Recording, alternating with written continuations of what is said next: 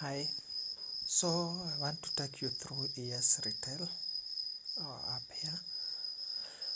Uh, I want to show you how to do the control and the setup for the app so that it can ease your operations. Now, for controls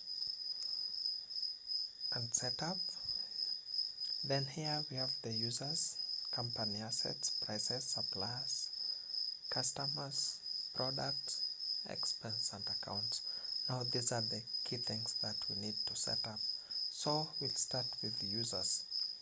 At users, here you are able to add, edit and delete the users of the system. Now to add, we have the plus button here. You register or add a new user, so you put the name, first name Washington, last name Joey, phone number.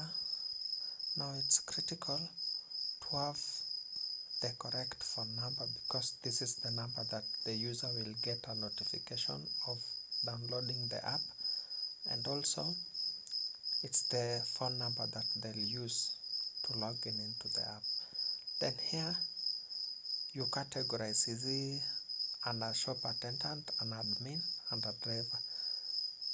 Mark you, the app uses what we call user-based access. So if it's an admin, he'll have the super rights even to manage and control the activities. If he's a shop attendant, he'll only be limited to shop operations. And if he's a driver or a delivery guy, delivery and driver, delivery persons and drivers are all under the driver. So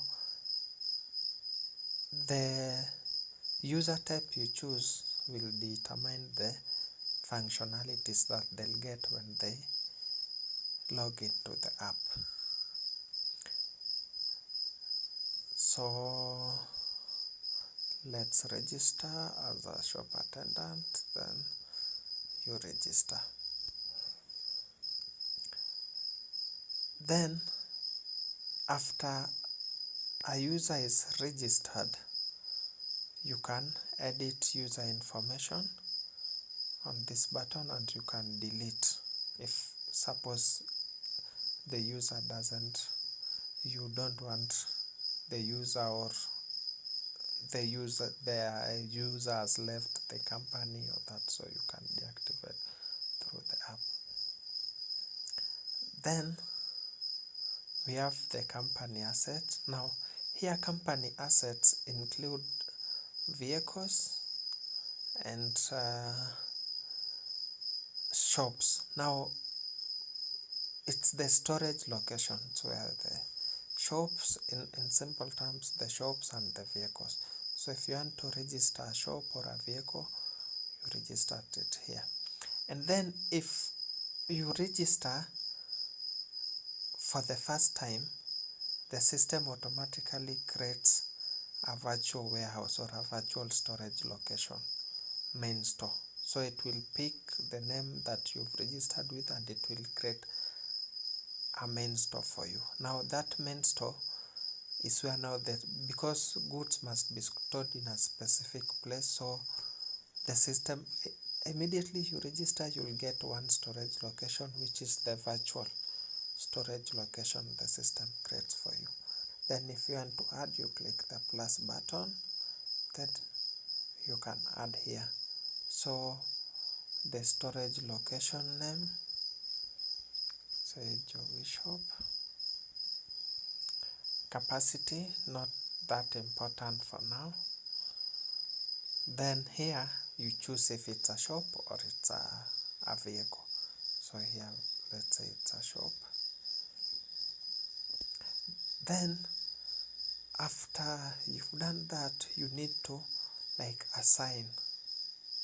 Now to assign, you assign a storage location to a user. Let's say you have Joey Shop and you've created a new attendant, Washington Joey. So you pair the storage location to a given user, so that the pairing here, the assignment here, will mean that the person we are assigning will only be entitled to operate in the shop you are assigning them, and they'll only be able to see the details of that shop you are assigning them. So here you assign, and you can as well revoke. If maybe the assignment was wrong, you can revoke it from here. So if you revoke successful, then if you sync, it disappears. So on this button you can do two things. You can add and assign. Then we have products. Now here under product, with the product, you have to include brands. There are things that maybe you cannot put all the brands, but you can group them, like accessories or consumables. It's important that you have the brand because of the pricing, the way you are pricing. So the pricing for certain brands are different, so that's why you need to include the brands here. Now here, to start with adding a product, you need to add a brand. Then the next thing, to add a product, you click view products. Now here it will show you all the products that you have. Then to add, you click add, the plus button, then you add. You put the product name. Let's say you are dealing with sugar.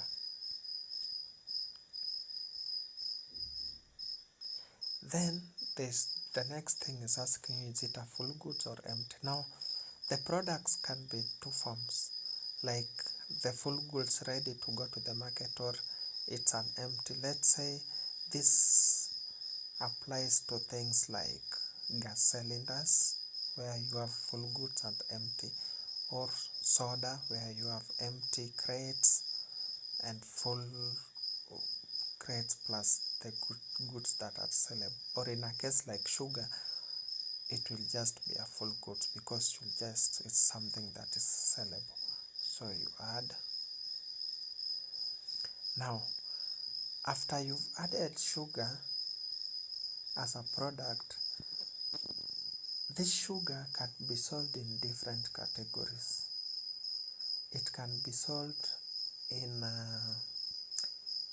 1 kg, 2 kg, 3 kg, and so on and so forth. Now to specify the way the categories you sell your product, you click this action button here. Then if you click that, it will bring the list. If there are, you'll get the list. If there aren't, you get blank, then you add cell category. Now cell category, for example, for sugar, you can be selling sugar 1 kg, 1 kg package. If there's any VAT, you have it there, this in percentage. Then the other thing is, do you expect a return on a sale? Is that when you sell, do you expect to be given back a return or not? So in this case, for sugar, you don't expect a return, so you click a no and you add. You can add another cell category, 2 kg package, can say of sugar for clarification.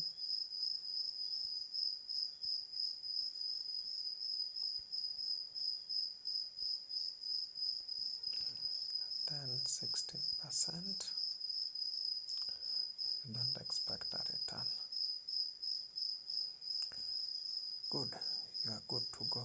Now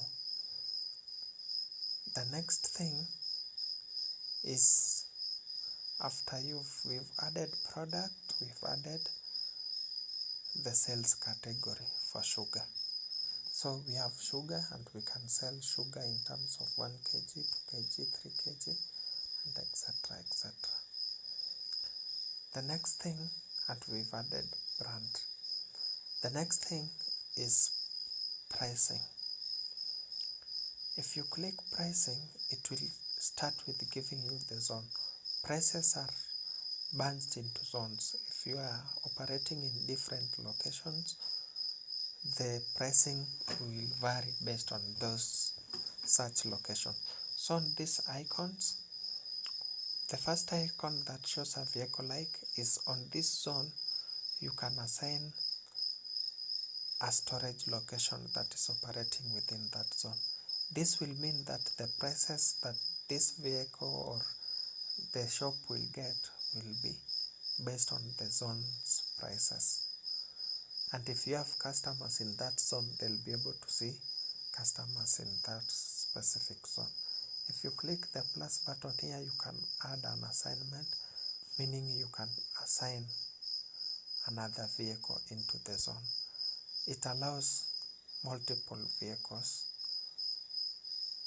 can be assigned to the same zone, and you can revoke as well the assignment. Then the next thing is price. Now here you add, then you can add here the price categories. Just if you have different pricing models, retail price, wholesale price, special price, and so on. Then you click add price. If you click add price, you have 5 options, 1, 2, 3, 4. The first one is price category. Is it the price for retailer, wholesalers, or special customers? Let's say retailers. Brand, let's say K-Gas. Then which product or which product category? Maybe sugar, the ones we had added, 1 kg package of sugar or 2 kg package of sugar.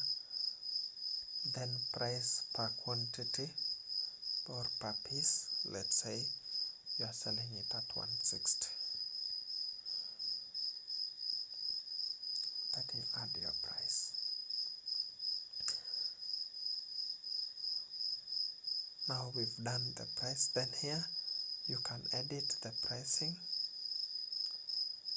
I mean, you can edit the zone, and you can delete the zone as well from there. Sorry. So the next thing is to add customers.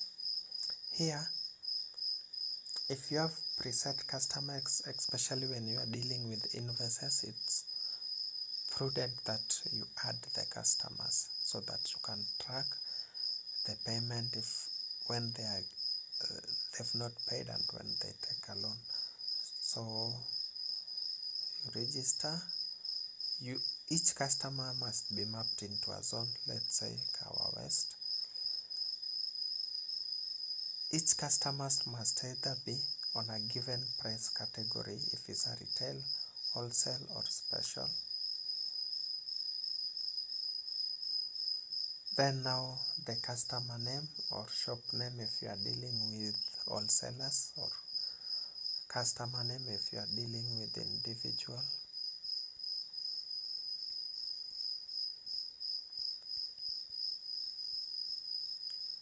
Then contact person. Then phone number for the contact person. Then you register. Yeah, there we go. You are done with registering customer. Then now for the suppliers, this one is used during sales when you are selling. When you are buying purchases. So here you add the supplier. So Joey retail shop, contact Joey, phone number,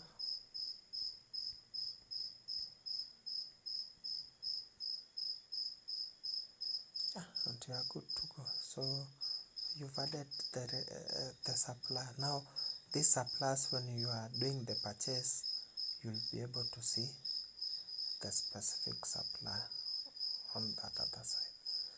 Then we have expense account. So here, expense account are things like when you are recording an expense, you must be able to record the type of expense. Is it a salary? Is it a stationery? Is it for lunch? So you click here, you add expense type. So here you give the description lunches, then you describe, or we can keep our description as lunches.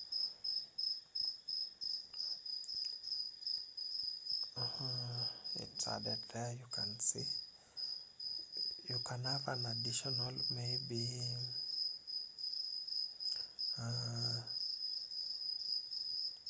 you can have per diem.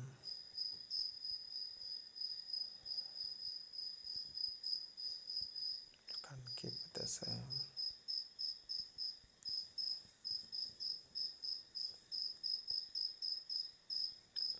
You can have even for if you have some errands, allowances or fare and fare.